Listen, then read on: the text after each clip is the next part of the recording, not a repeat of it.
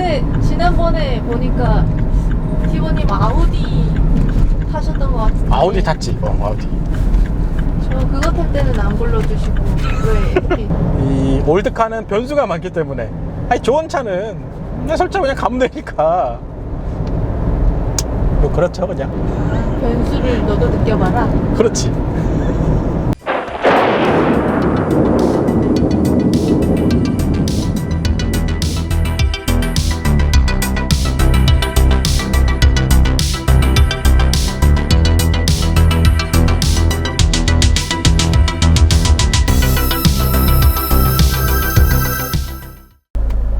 반갑습니다. 평범한 사람들 티본 안나입니다. 오늘의 시승차 GM 대우 윈스톰 2008년형입니다.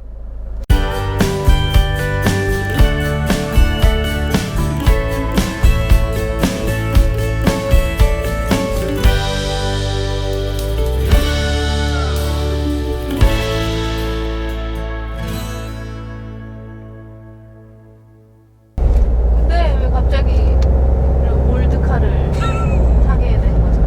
아, 이게 예전에 우리 채널을 뭐 많이 보신 분들이 없겠지? 저희 채널에 그 평범한 오래된 이야기라는 프로그램이 있었어요. 네, 그런 취지로 해서 사실 그 평범한 오래된 이야기를 없애기가 조금 아쉬웠거든요, 그 카테고리를. 그래서 자동차 쪽으로 한번 오래된 이야기를 찍어보자 라고 해서 올드카죠. 이제 예전에 한번 곤충기가 있었을 때도 언급을 잠깐 했던 것 같은데, 뭐 신형차도 하면 좋은데 저희 채널에서는 올드카도 좀 해보고 싶은 마음이 예전부터 쭉 있었어요. 참고로 이 올드카는 저희가 컨셉 기준을 잡아놓은 게 무조건 10년 이상입니다. 뭐 비중으로 보면 신형이나 이제 뭐 좋은 차들이 많이 올라가겠죠. 가는데 이제 이런 올드카들은 이제 조금씩 앞으로 뭐 재밌을 것 같은데 나는. 어쨌든 이 윈스톰 차량 2006년에 GM 대우에서 출시한 중형 SUV예요. 그 후에 쉐보레 캡티바로 변경이 돼서 판매가 조금 지속됐습니다. 이 GM 대우 하면은 사실 대우 자동차를 빼놓을 수가 없는데, 안나님은 대우 자동차를 본 적이 있나? 혹시? 트럭만 본 적 있는 것 같아요. 아, 요즘에 이제 타타대우에서 트럭을 생산을 하긴 하는데 그거 말고, 아 이게 있는데 이 도로 잘 다녀보면 대우 자동차 하면 딱 생각나는 게 하나 있어. 우리 경차의 거의 왕자급이지. 마티즈? 마티즈 말고 조금 더 가야지. 안나님이 너무 어린가 봐. 티코. 나 티코 알아요. 티코가 있지, 티코. 나 타봤어. 그때 당시 이제 티코 나오고, 제가 기억나는 건 프린스. 야, 이름이 정말 이쁘잖아요. 왕자야, 이름이. 그건 진짜 너무 오래된 차 같은데. 차가 참 추억 속의 차예요, 추억 속의 차. 어쨌든 이 대우 자동차, 원래 모체는 신진공업에서부터 시작을 해요. 여기에 그래서 신진 자동차와 GM의 합작의 형태로 회사가 설립이 된다고 합니다. 그러니까 아주 오래전부터 GM이라는 회사가 들어와 있었더라고요. 초기에는 도요타 자동차와 기술 제휴를 해서 자동차를 생산하고 이렇게 만들었다고 전해져요. 그러다가 이 도요타 자동차가 70년대부터 이제 중국 진출을 위해서 제휴가 끊어져요. 그러다 보니까 이제 회사가 어려워지기 시작합니다. 그래서 76년도쯤에 부도가 나고 회사 이름이 세한자동차로 변경이 됩니다. 그 세한자동차로 변경이 된 후에 약 2년 후에 그때 당시에 이제 대우그룹이죠. 대우그룹에서 세한자동차의 지분을 일부 인수를 하기 시작하면서 정식적으로는 83년도에 대우자동차라는 사명으로 변경이 됩니다. 그래서 어떻게 보면은 1990년대를 기점으로 현대자동차, 기아자동차, 쌍용자동차와 더불어서 4대 메이커가 된 기업이 바로 대우자동차예요. 근데 항상 그렇듯 이 외환위기가 여러 기업들을 참 잡은 것 같아. 그래서 외환위기를 겪고 나서 2000년대 후반에 이제 최종적으로 부도 처리가 된 회사예요. 근데 이게 70년대에서 80년대 그 시기에 이 대우자동차의 기업 운영 형태를 보면 이게 사실 몰락의 길을 걸을 수밖에 없었어, 예전에는. 왜요? 왜냐하면 이 다른 기업들과 다르게 자체 기술 개발에 공을 들이질 않았던 거예요. 그러다 보니까 자연스럽게 이제 쇠퇴의 길로 접어들지 않았을까. 참 안타까운 기업이죠, 어떻게 보면은. 그래서 이 윈스톰 차량, 한국 GM의 전신인 GM 대우에서 처음으로 출시한 중형 SUV 차량이에요. 당시 판매가를 보면 약 2천만원에서 3,100만원 수준이었어요. 그러면은 지금 가격대로 봤을 때는, 그렇지, 이 차가 아무래도 거의 한 12년 전인가 13년 전이 되겠구나, 시기로. 그러니까 그때 당시에 그 가격이면 중형 SUV 값 그 정도 됐겠네요. 지금 가격대로 보면은 스포티지나 투싼 정도 수준인가, 그 정도 될 것 같은데. 가격대 일단 그렇고요. 당시에 이제 전륜구동, 그리고 4륜구동, 그리고 5인승 모델과 7인승 모델, 이렇게 해서 4가지 트림으로 출시를 해서 판매를 했고요. 초기에는 이제 디젤 2.0 모델만 출시를 했다가 그 이후에 가솔린 2.4리터 모델도 출시를 합니다. 그래서 파워트레인을 보면 Z20S라는 모델 타입의 2.0 디젤 엔진이 적용이 되어 있고요. 변속기는 자동 5단 변속기가 매칭이 되어 있습니다.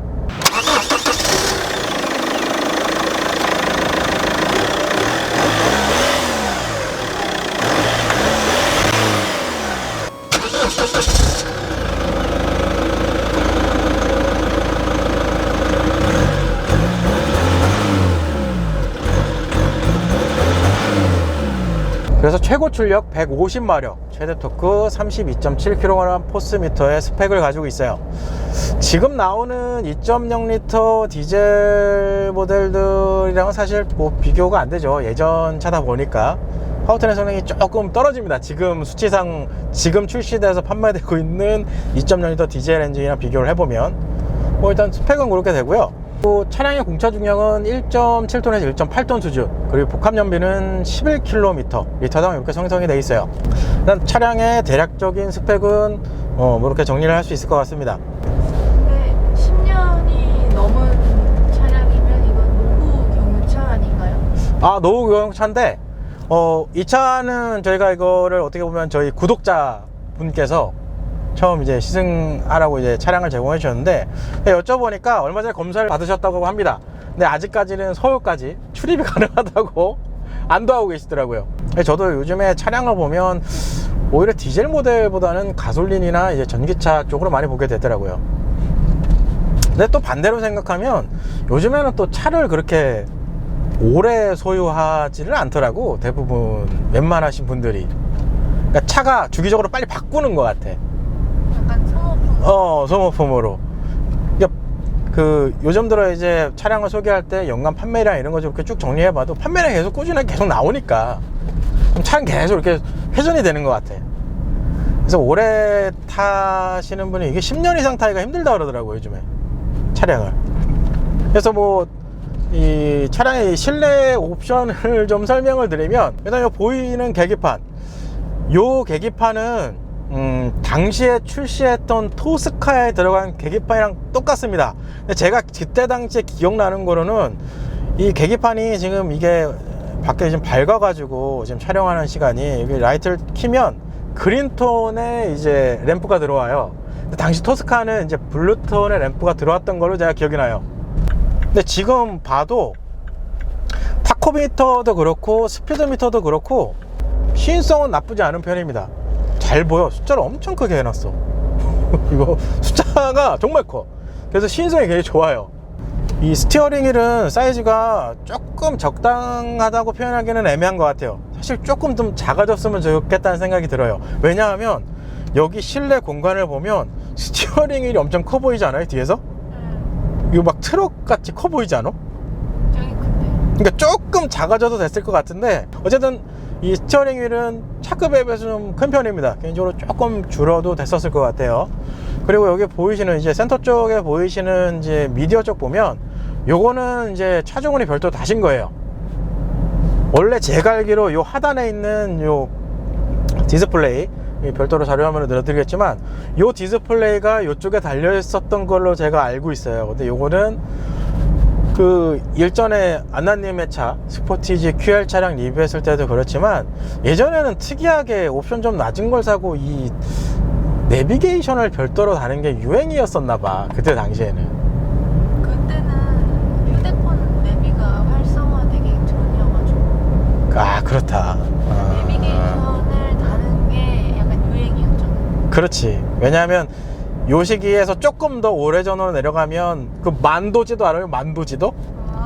나 예전에 아버지랑 어머니랑 그 막 시골 내려갈 때 만도 지도책 펴가지고 그거 보면서 이렇게 갔던 기억이 나거든. 예, 그때는 이제 요게 어떻게 보면은 꼭 필요한 필수 아이템. 그 당시 이템이었지. 그치. 그리고 그때 당시에는 이거를 지금 현대기아처럼 제조사에서 또 별도로 해주지도 않았어. 이런 거를 보통 이 미디어만 보통 들어가 있었거든. 그리고 여기 하단에는 이제 이거 진짜 오랜만에 여기 보여 이거? 테이프. 카세트 테이프도 들어갈 수 있고 CD도 들어가. 그리고 MP3도 돼. 야, 이거 되게 그때 당시 고급이야 이거. 그리고 안나님의 차는 에어컨이 수동이잖아요. 얘는 자동입니다. 이거 자동이에요. 그러니까 요 차주분도 옵션을 그래도 조금 생각하셔서 집어넣으신 것 같아요. 이 정도면 거의 뭐 지금 그러니까 이렇게 오래 소유하고 다니는 차들 보면 옵션이 좀 이런 거 잘 돼 있어 보면. 그리고 하단부에는 이제 기어 변속 레버가 있고요. 이거 사이드 브레이크가 이제 핸들형인데 되게 특이하게 생겼습니다. 나중에 자료 화면으로 넣어드리겠지만 이거 되게 특이하지 않아? 공장에서 봤어. 이거를? 저거같이 생겼는데 탁하기. 진짜 그러네. 되게 특이합니다. 그리고 당시 옵션으로 보면은 뭐 당연히 이제 통풍 시트는 없지만 1열에 열선 시트까지 들어가 있어요. 그리고 열선 시트 버튼 가운데 이게 좀 특이한데 스피커 표시가 되어 있는 억스 단자 3.5mm 단자가 두 개 달려 있는데 하나는 이 스피커 표시가 되어 있고 하나는 이 이어폰 그 표시가 되어 있네요. 이건 어떻게 쓰는지 모르겠다. 노래 들을 때 쓰는 거 아니에요? 여기다 꽂아가지고 이렇게 들으라고 그런 건가? 소리가 있으니까. 그럼 이게 억스 단자네요. 억스 단자가 들어가 있는 거네. 그리고 그거 말고는 지금 썬루프는 없는 모델이고요. 차주분이 음악을 좋아하셔. 음악 CD가 엄청 많아. 또 옵션으로는 그래, 올드카니까 이런 거 중요한 거야. 이 양쪽 사이드 미러 자동으로 할 수 있습니다. 이쪽에 접는 것도 자동이에요. 뭐 일단 이렇게 대략적으로 옵션은 구성이 되어 있는 것 같아요. 일단은 오늘은 좀 멀리 나왔기 때문에 과속방지턱 구간을 찾다가 이 충주의 명소죠, 건국대학교를 잠깐 지나가도록 할게요. 그래서 혹시 몰라서 아까 여기 관계자분에게 여쭤봤는데 그냥 차로 지나가는 거는 상관없다고 합니다. 어차피 저희가 과속을 하는 것도 아니기 때문에요. 그래서 오랜만에가 아니고 처음으로 방지턱을 대학교로 오네. 일단 이 차량 같은 경우는 전류는 맥퍼슨 스트럿, 후륜은 멀티링거 구조의 서스펜션 구조가 들어가 있습니다. 그래서 여기 넘어가 보면 이게 엔진음이 상당히 거칠어 가지고 이게 조금 손해를 많이 보겠는데,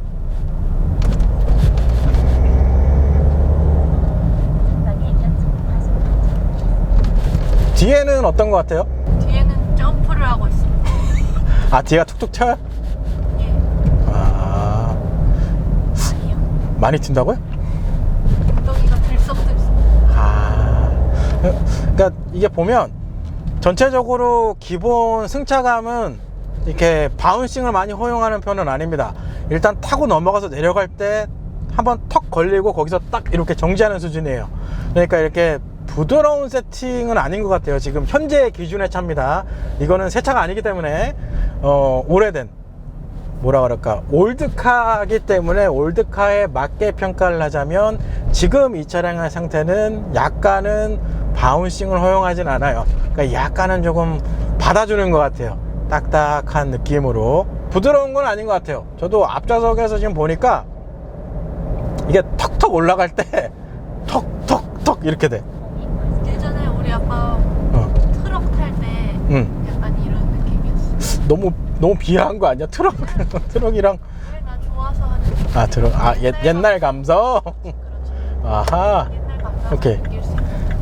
그러니까 승차감 쪽으로는 조금 아쉬울 것 같아요. 지금 이 차량 같은 경우는.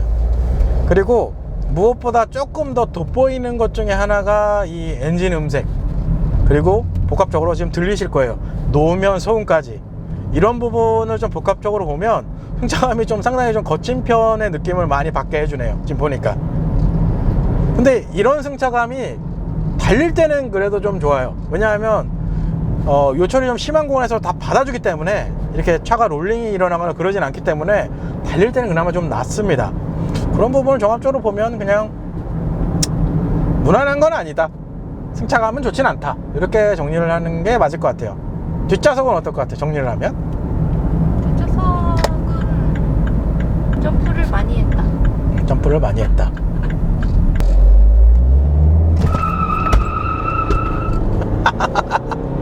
이 출력이.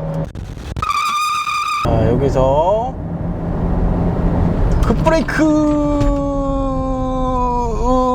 야, 이거 급브레이크인데 이게 왜 이렇게 잠깐만. 너무 많이 간 거 아니에요? 이거 참. 일단은 큰 도로로 나왔고요. 이 친구도 변속기를 좌측으로 당기면 수동 제어가 가능합니다. 이 상태에서 한번 가속을 진행을 해 볼게요. 여기 코너를 돌아서 여기서 풀악셀.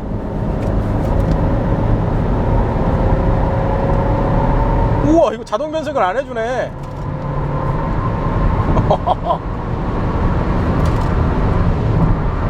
와.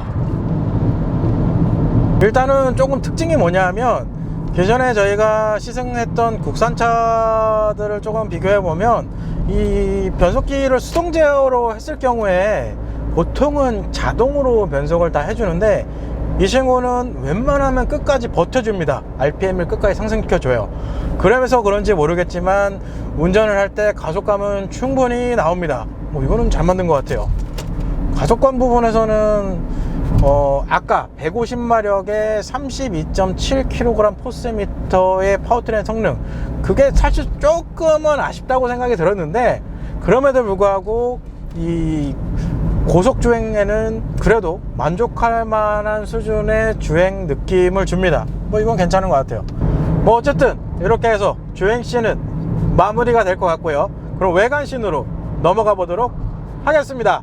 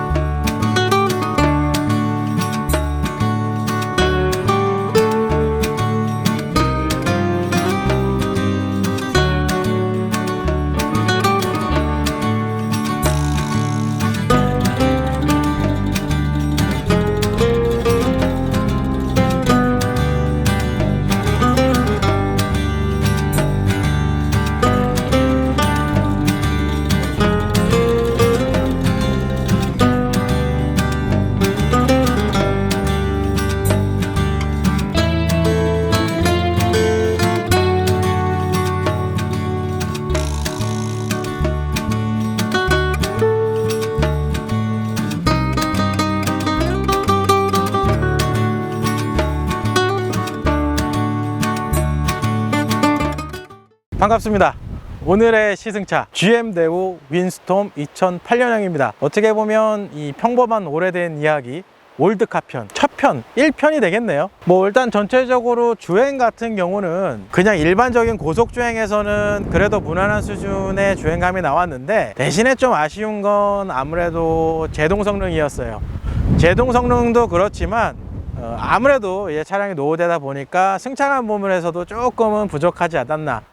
이거는 평가라기보다 그냥 주행했을 때의 느낌을 설명해 드리는 거니까 노후차라는 상태를 감안해서 시청을 하시면 될 것 같아요. 일단 전면부 디자인을 보시면 당시 기사를 찾아보면 이 그릴과 이 헤드램프, 이 하단 블랙라인이 표현을 그렇게 해놨더라고. 강인한 이미지를 심어준 느낌이라고 표현을 해놨는데, 글쎄요, 이 보는 사람마다 다른데 저는 개인적으로 이 후면부 좀 이따 설명을 드리겠지만 전면부 헤드램프 라인이나 요 그릴 이 모양 자체가 약간 둥글둥글해서 강인한 이미지랑은 좀 멀지 않을까, 그런 생각을 해봐요. 지금 저도 시승하고 외관을 좀 보면서 왔지만 생각보다 이 전면부 디자인에서 헤드램프가 차지하는 비중이 좀 많이 커 보입니다.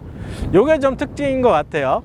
일단 측면 좀 보시면 제일 먼저 눈에 띄는 휠 타이어는 235mm의 17인치 휠이 적용되어 있습니다. 당시 옵션표를 보면 18인치까지 옵션으로 출시를 한 것 같아요. 근데 뭐 17인치도 이 차급에 비해서는 부족하지 않은 수준이에요.